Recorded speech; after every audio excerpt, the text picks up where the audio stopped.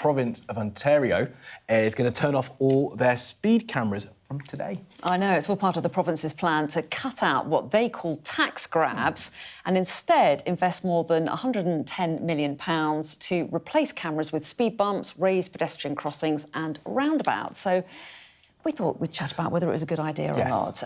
Here in the UK, there are over 7,000 speed cameras catching millions of Brits every year. Some of the most notorious locations include the A38 Sutton in Ashfield, which averages 72 fines a day. That's between junction 7 and 16 on the M25, which averages around 60, and the A17 in Reigate that captures around 50 motorists per day. They're top of the list, but I'm sure near you there are some speed cameras that you're very, very wary of. Everyone will have their own stories you're watching out for. Let's bring in the solicitor, Nick Freeman, now, known as Mr Loophole, of course. Very good morning to you, Nick Freeman. Thanks for talking to us.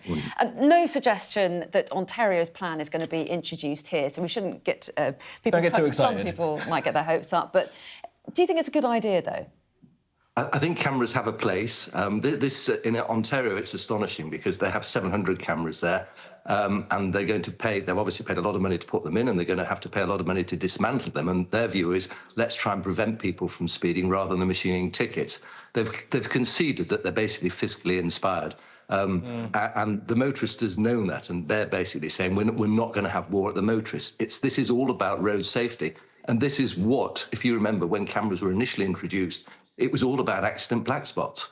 So to answer your question, I think cameras do have a place.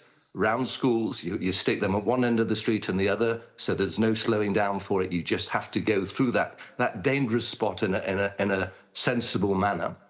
But I think just to have them to trap motorists to raise the money, which this government obviously is desperate to do at the moment, more so now than ever, they're never going to be unravelled here. I think it's very unfair. And it is basically a tax by stealth on the motorist.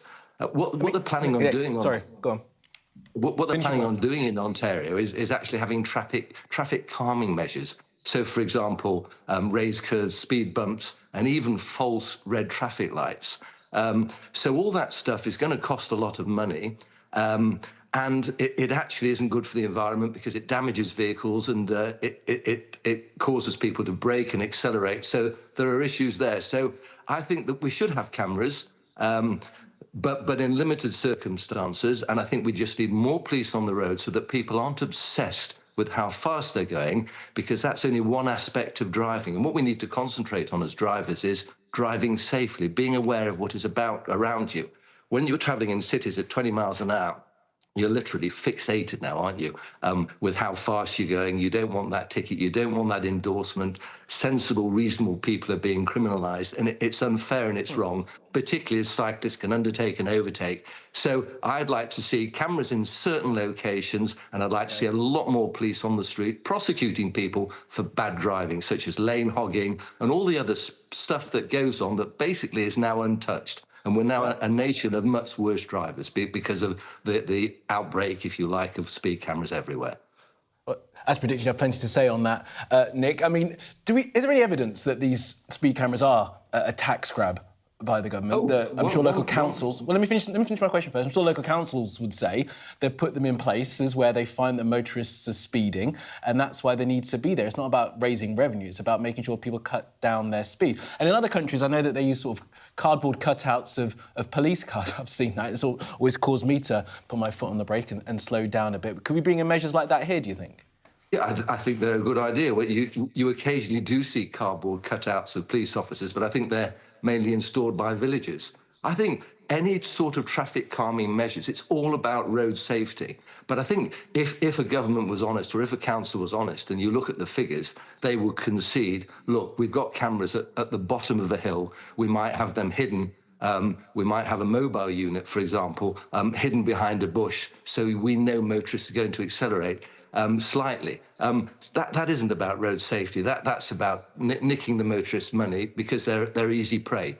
And we need to go back to the initial reason why we had cameras, and that is just to make our roads safer. So we want more. You cannot replace the police presence on the roads, because that has an effect on motorists. When you see a police car, you look at your speed, you check your driving. police officer has a discretion. A camera doesn't have a discretion. So when a police officer pulls you over and says, look, you're driving okay, but just watch your speed, you drive very carefully for the rest of the journey. Most people now have apps on their phone.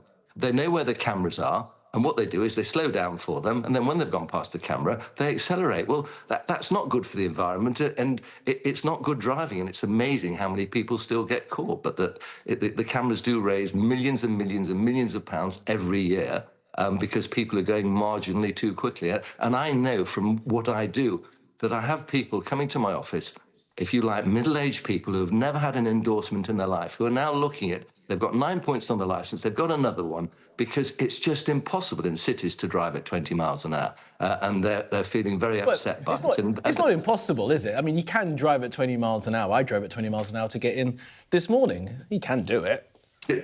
Of course you can do it. When I say impossible, I'm using that expression loosely. If you come off, I drive down to London regularly, and I come off the M1 and go on the Finchley Road, and I'm constantly having to put my foot on the brake without touching my accelerator because there's a slight decline to make sure that my car doesn't go 23 miles an hour. It is annoying.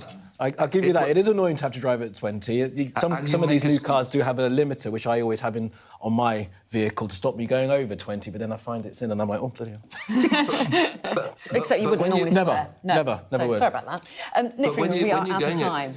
OK, I just wanted to say, when you're going at 20, you have to make a huge effort to do so, don't you? And you're ignoring all the other aspects that we need to focus on, and that's my point. Yeah, you've raised some really interesting issues, Nick Freeman, this morning. Thanks very much indeed. Something that we're going to be discussing a lot. Yeah, I mean, it's a big